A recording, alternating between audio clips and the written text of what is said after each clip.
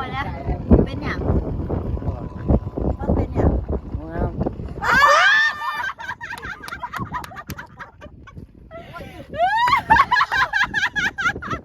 ข้าสมนต้องเอา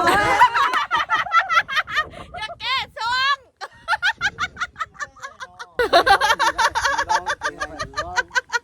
ลองมาเก่งในซื้อมาใหม่10,000คำจะบาท2 บาทโอ้ยคำ2 บาทงัวจะโตตัวเดียวงัวตัวเดียวหมูเลยจ้ะหมูบ่พอได้เอาได้หมูได้ไก่เอาโตไก่เอาอ่ะไก่คอนนะบ่นะเอาจะเบียร์เบียร์กันล้างเดียวแล้วจะกินกันโคกวงยังที่เจ้าไปเจ้าแล้ววงยังล่ะซื้อยังล่ะเสียงมือน้อยยังมิวสิกลุงมันคายบ่เอาบ่มันบ่ขาด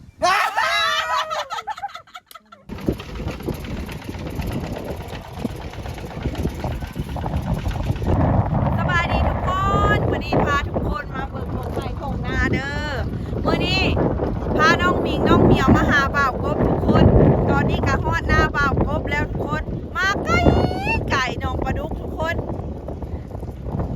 ตอนนี้ก็ฮอดแล้วลูกน้องเหมียวเพิ่นไปหาบ่าวกบก่อนหมู่เลยทุกคนป้าไปนี่เข้าก็ได้พิเศษก็คือเอานมและตะซอยมาฝากบ่าวกบเด้อคนเห็ดเวียกเห็ดงานทุกคนไปผู้สาวมาให้กำลังใจสบายดีไอ้กบโอ้ยปลาดุกกบน้องปลาดุกเนี่ยกบใหญ่น้องปลาดุกโยผู้สาวมาโดนทอดบ่มีแห้งนู่บาทนี่ระวังตีนเด้อเฮ้ยขาแล้วกบจะมาโดนขากบโอ้ยวันนี้พาน้องมิงน้องเหมียว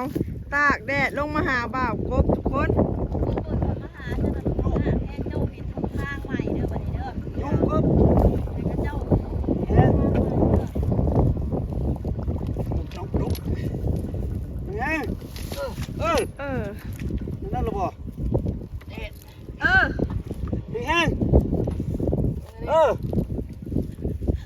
ยัง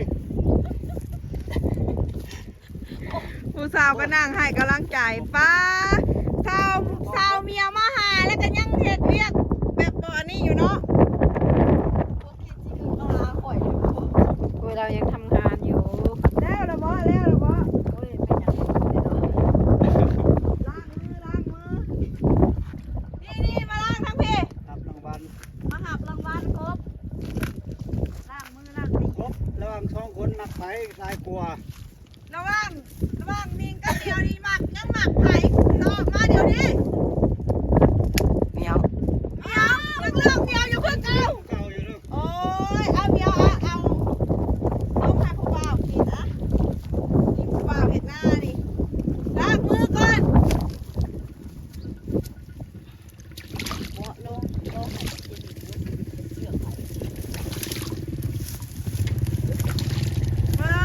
ัววาดข้าวปะเชียงเมอเด้เชียงเมออยู่ไสพูด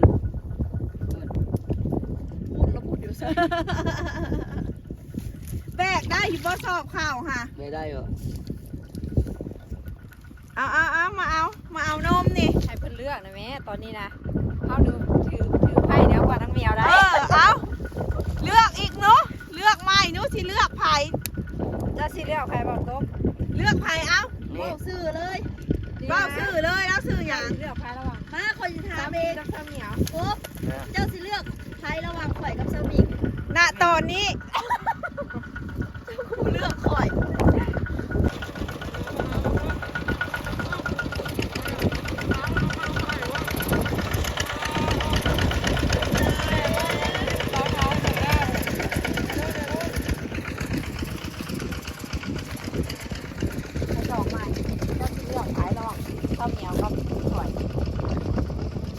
เป็นยังเจ้าเลือกเซามิงเมื่อกี้นี่เจ้ายังเลือกข่อยอยู่เลยเซามิงมีของกินแล้ว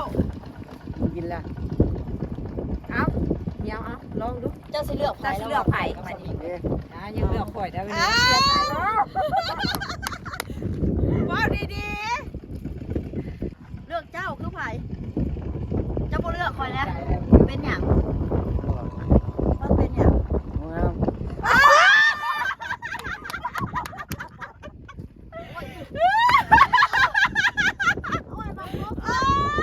ยเสียใจเด้เนาะกินโซ่ภาพกองนึง ไผ่ไม่ติวงานเจ้าแบบนี้เนาะ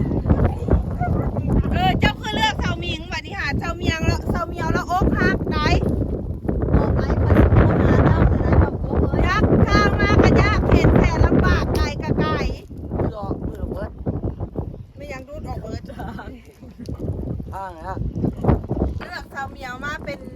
ปีแล้วมาเมื่อนี้สิมาเลือกมิงเห็นมิงถือนุ่มแล้วจะซอย2กล่องอันนี้นะเจ้าก็เห็นแก่กินโพดเห็นว่ากระไดเบ้ากบเอ้ย ปีใหม่เราเลือกคนใหม่เนาะเจ้า สาเห เจ้า ตุที่ ทำลาย เลือก จิตใจคอย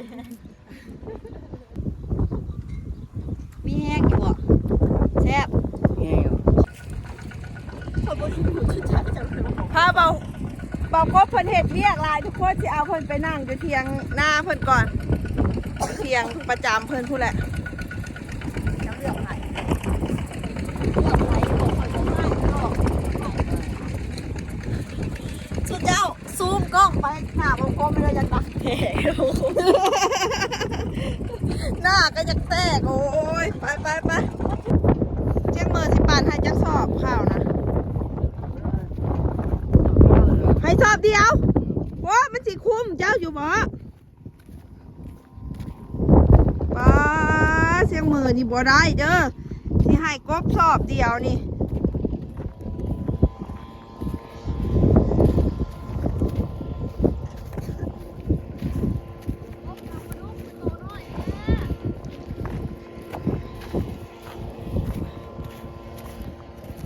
ผิดจะขึ้นมือเลยบอกกบ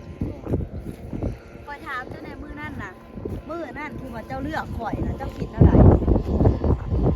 เจ้าเลือกข่อยเจ้าไปแต่งงานที่คนแต่งงานเจ้าของงามไหน บั บ้า ดมามือนี่เจ้าคือเปลี่ยนใจ เจ้าหู้บอกการที่เจ้าเปลี่ยนใจนะคนโอ้พักแห้งข่อย ไป มาหา ย่า เจ้าง ไป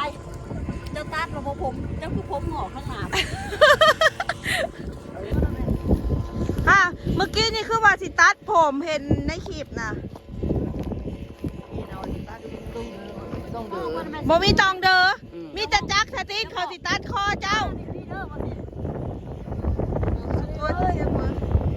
เชื่อมือวาดข้าวอยู่ทุกคน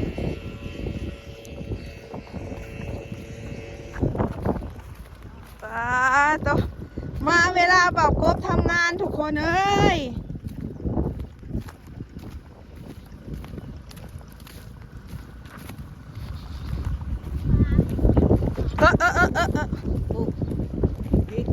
ฮะลูกดิกมาเจ้าบ่มันสิได้ลูกแล้ว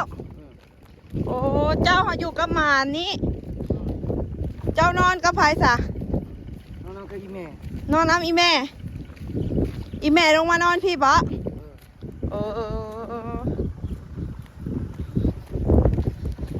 ไปว่าใดๆก็ เก่งไหม กินข้าวหากระยาเมื่อกี้นี้โอ้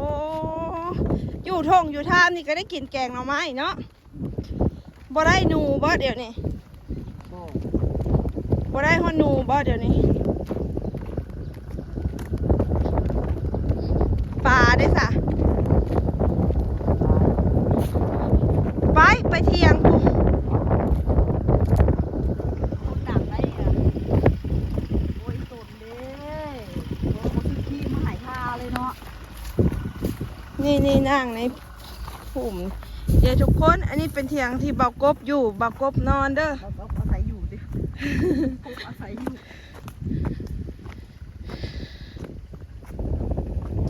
สวัสดีค่ะ เหลืออาศัยกูเป็นแบบ ให้แม่กระพะมาอยู่ ฮะ ให้แม่กระพะมาอยู่ แม่ยัง แม่ แม่ยัง แม่จุกโอ้ เอาไปฝากเครื่องมาให้ข้าวมันยัง แกงหน่อไม้เพิ่นว่าเพิ่นหากะกินยาเมื่อกี้นี้อะเด้แกงหน่อไม้เพิ่นกับทุกคน อ๋อ อันนี้มันแกงอันนั้น แกงไตป่า แกงไตป่าไก่หน่อไม้ ถึงแล้ว เออ ถึงความเพลินอยู่ แซ่บอยู่บ่ซะ แซ่บ แซ่บวันนี้ แซ่บ แม่นยังละแซ่บ แกงหน่อไม้ เออ เจ้าก็กินบ่บอกครบ กินเลยกินเลยนะ เจ้าก็แช่ก่อนกินน้ำอยู่บ่เนี่ย กินเลยกินเลย รีวิวของนอนเจ้าหน่อยว่า นี่ใส่บอนนอนเจ้านะ เรื่องนี้ ทั้งเทิงทั้งนอกนี้บ่หนาวบ่กลางคืนนะ หนาวอยู่ หนาวอยู่ตุได้ผ้าห่มอยู่บ่ ได้อยู่ บ่นอนภายสาทางลูก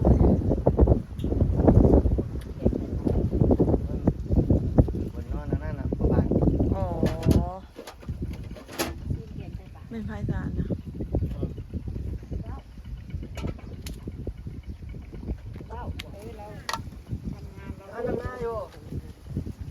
ทุกคนสาวเหมียวก็มาฮอดเถียงเบากบกับเพิ่นก็ยากข้าวเพิ่นก็ตักแกงหน่อไม้เบากบกินซะ เบาแกงหน่อไม้เบากบได้นี่นะแม่นว่ากบแซ่บบ่แกงไตปลาพี่น้องเลย อ่ะ อยากให้นะอยากกินข้าวบ่ได้กิน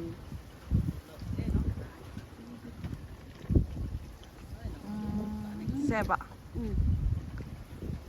มึงมากินกับข้าวปุ้น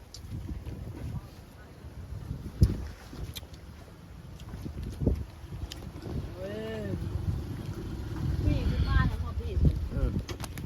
อ้า ป้าดแพงกับแพงแท้เนาะ ใจเด้อ ให้แต่เสียมือมันบ่จ้ะ บาทมูวี่คือบ่ได้ แซ่บได้จริง มูวี่คือบ่ได้ช่ะมูวี่คือบ่ได้ช่ะเป็นอะไรคือบ่ได้มูวี่ มันหับยังดีเนาะ มีทุกอย่างมูมีแต่ไฟฟ้านกบอย่างมูเป็นอย่างเฮามันคนป่า คนป่าหากินตามนากบก็มันกบธรรมดากบปูตากบปูตา เผ็ดร้อน มาบัดนี้น้ำหนองปลาดุกแห้งเนาะ พี่บ่ลงบันไดแล้ว อืม อร่อยมันแบบ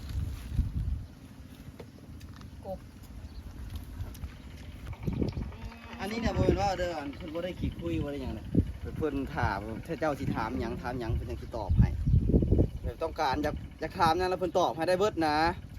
เป็นหยังจังมาอยู่หนองปลาดุกสมมุติถาม เป็นหยังคือมาอยู่หนองปลาดุกกบมามันเป็นได้คืออยากมาม่วนนั่นแหละบ่ได้มีตู้มีเพลง จักมี เบียร์ แต่เสียงรถไถม่วนเสียงรถไถเห็นบ่ ม่วนเท่านะบ่คิดฮอดบุญฮอดศีลอยู่บ้านทางหยังบ่หึบ่คิดฮอดบ่วันที่9สิเอาไปนํอยู่บุญนั่นกองข้าวบ้านหนองลบไปบ่ไปเมื่อเลยได้เมื่อบ่ล่ะบ่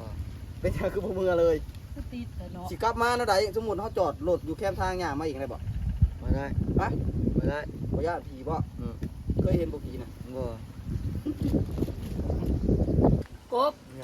คือขากแต่เสือนี่นะ เสือพัน เสือนี่มันใครเอาให้ เสือพัน โอ้คือกันกับคนขนาดเลยเนาะ เสือลายตะกบเสือลายมงไม้ บ่พันเอาให้บ่กบ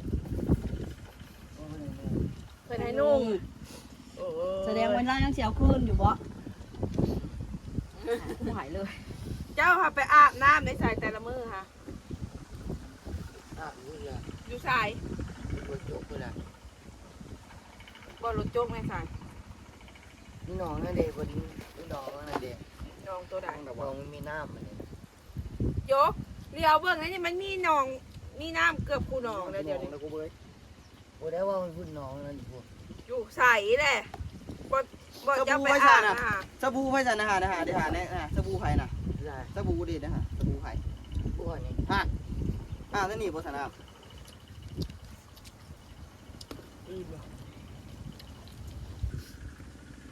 ทุกคนลงมาหอบนี่นะแข่งขาเบากบคืออยากเป็นเขิบเนาะ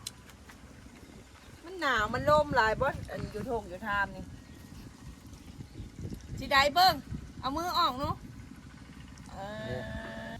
กูรถ เสียงมือบ่ได้ซื้อครีมทาผิวลงมาให้บ่ บ่ เอาแหละ คนไหนว่า เพื่อนสนิทกันคือบ่ถืออันบ่ซื้อมาให้ พวกมาปล่อย เบิ่งในนี่แตกเบิ่งเลยนี่ ซื้อมาให้ได้ขนาดที่มือเองก็ยังจะตายแล้วแต่ง โอ้ย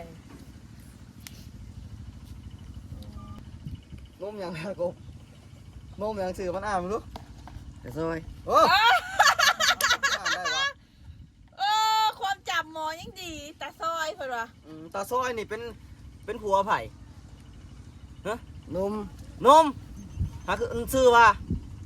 นมนี่ซื้อได้ไหน จะซอย ตาซอยน่ะผัวไผ่ล่ะผัวในมอย บ่ บ่พ่อบอกคำป้อยโอ้ยแล้วกบหน้าคือดำแท้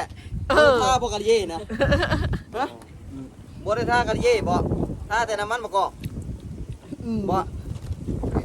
ท่าแต่น้ำมันหมาบ่โอ้ย บ่ได้ทาอย่างเลยทาตะขี้ตมแม่นบ่ ตั้งที่ต้มเมา ทาขี้ตมเอา จักทงเห็ดนาลายบ่ ไปเด้อ จักทงอะ 4โล สี่ทง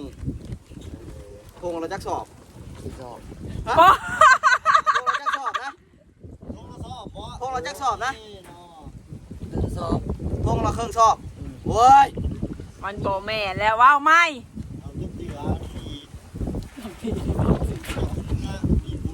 สิได้จักสอบหน้าบึดนี่นะ จะสอบหนึง สอบเดียวเมื่อกี้พูดสแต็กบ่โถ ทุกกบ ทุกคนบอกกบเพิ่นบ่อยากอันนั้นปานใดมื้อนี้มีคนมาเว้าตัวเพิ่นว่ามีบุญอยู่แถวบ้าน แล้วตอนนี้ล่ะกบอยากเมื่อเดี๋ยวนี้นะแม่นบ่ โยโย่ก้าวแปลงกันได้สูงใส่ มาถามต่อมื้อถามต่อเนาะถามต่อไป จะเกงในน่ะเขาเจ้าเอาซื้อมาให้น่ะใส่เล่นจะถีบเด้ออันนี้เราขี่เฮียใส่กางเกงในถีบโลด ใส่ แม่นบ่ขี่จะส่งมื้อนั่นน่ะแม่นบ่เขาเว้าน่ะฮะ บ่ เขาเว้าลิ้นซื่อ อืม แต่แท้จริงแล้วบ่ได้มีขี่ในกางเกงในน่ะ บ่ ทิ่มให้ยังซะ เต็มตัวนั้นมันขาด ใส่ดูกบลูกไม่ยากได้กบ จัดไป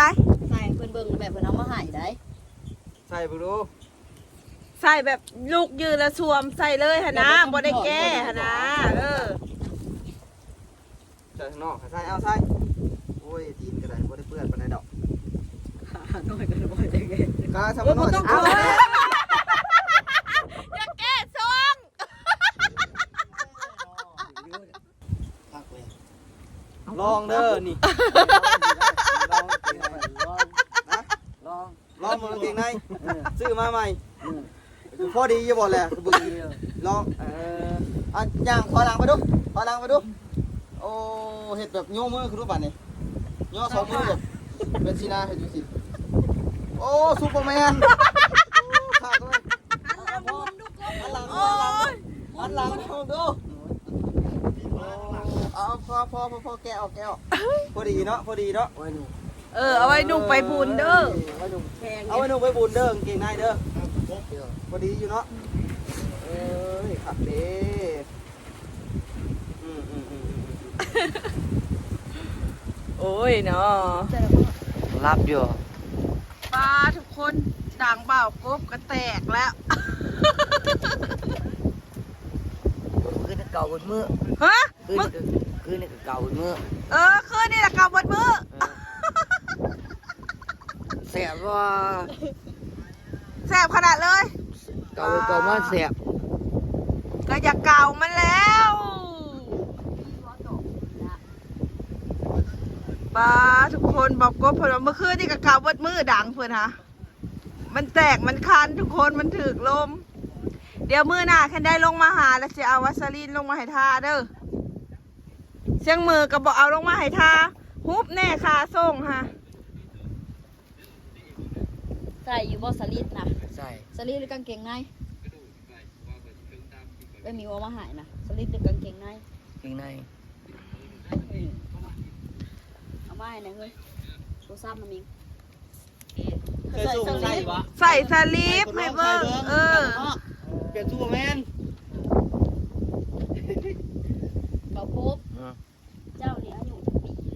เจ็ด อะ เจ็ด 17 เจ็ด 7 ปี บ่ จักปี เจ็ด 17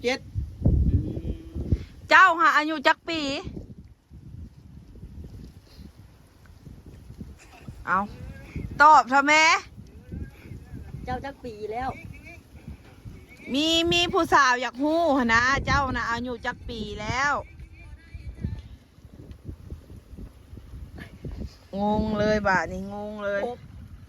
นิสัยที่ว่าเจ้าว่าเจ้าสิฝากป่าไปใหายข่อยคือบ่เห็นมีป่า ป้าทุกคนเบิ่งแน่นี่เล็บตีนพญานาค ยาวแท้บาทนี่ บางกบป่าเจ้าฝากไปใหายข่อยนะมันคือบ่ฮอดข่อย ปลาน่ะ เออ ก็ขายไว้แล้ว อ้าวคือว่าสิฝากไปใหายข่อยซะ เจ้าคือว่าสิฝากป่าไปให้สาวมิงสาวเหมียว สมมุติ3 คน เออ แล้วคือบ่เห็นป่าได้ฝากไปอยู่วะ บ่ อ้าว ตอนนั้นก็ตอนนั้นคือว่าฝากกัน เจ้าคือเงี่ยงแท้บาทนี่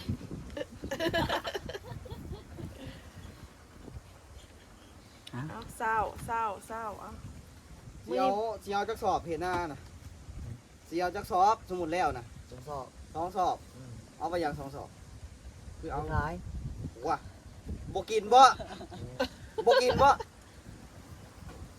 บ่กินบ่อยากได้เงิน บ่แล้ว ฮะเห็นได้ซะคือสิขายซะสิขายหรือสิกิน ขาย ฮะอยากได้เงินบ่หึอยากได้เงินบ่คือขาย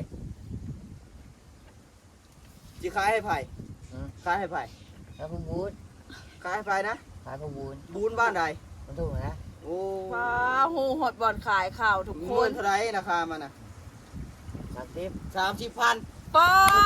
30,000ถ้าซื้อเอาโลดเด้อ ถ้าท่านก็มาซื้อเอาฮอดน้องปลาดุกแล้วเด้อแม่ค่าข้าวนะเบากบเพิ่นสิขาย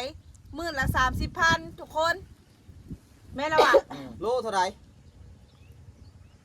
โลเท่าไหร่ล่ะ บ่ทราบฮะ โล25 โล25เป็นมื้อละ30,000ทุกคน เอ้าผู้ใดคิดว่าตัวใดคุ้มแล้วมาซื้อเอา ส เด้อ อบเท่าไหร่สอบขายเป็นสอบเท่าไหร่ 10,000 สอบ สอบ 10,000 10,000ป้า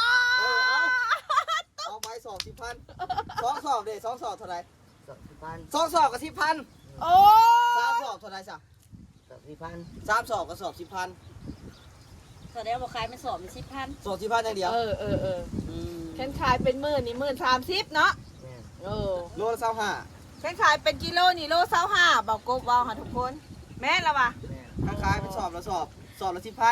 สอบเป่าบ่หรือสอบมีเข่า ไม่เท่า สอบมีข้าวทุกคน บ่เป็นสอบเป่า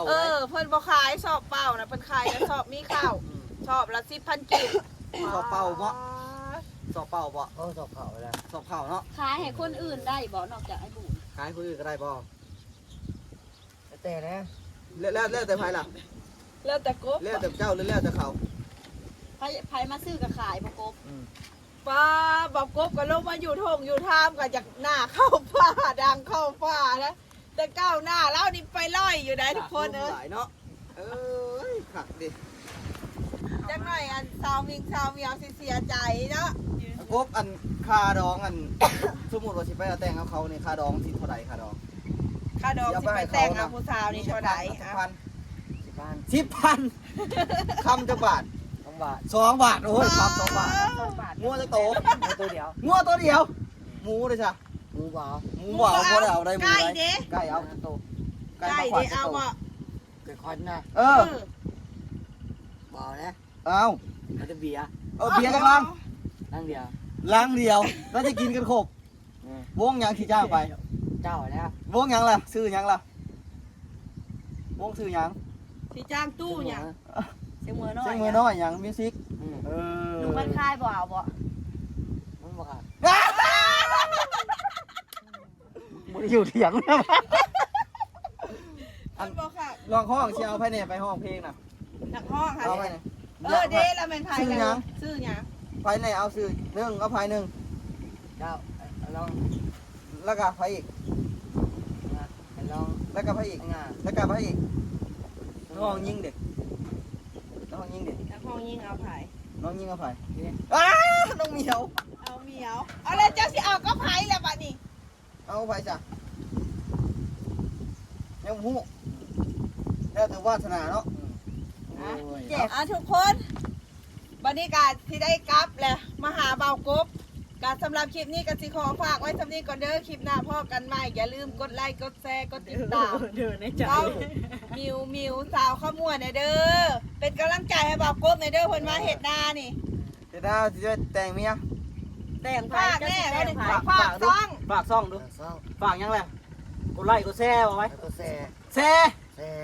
แชร์ กดติดตามคอมเมนต์มาเด้อ เม่นมาหน่อยเด้อ ซ่อง ซ่อง มิว เหมียว สาวขมวด สาวขมวด ขอขอบใจ ขอบใจ เด้อ บ๊ายบา บ๊ายบาย ย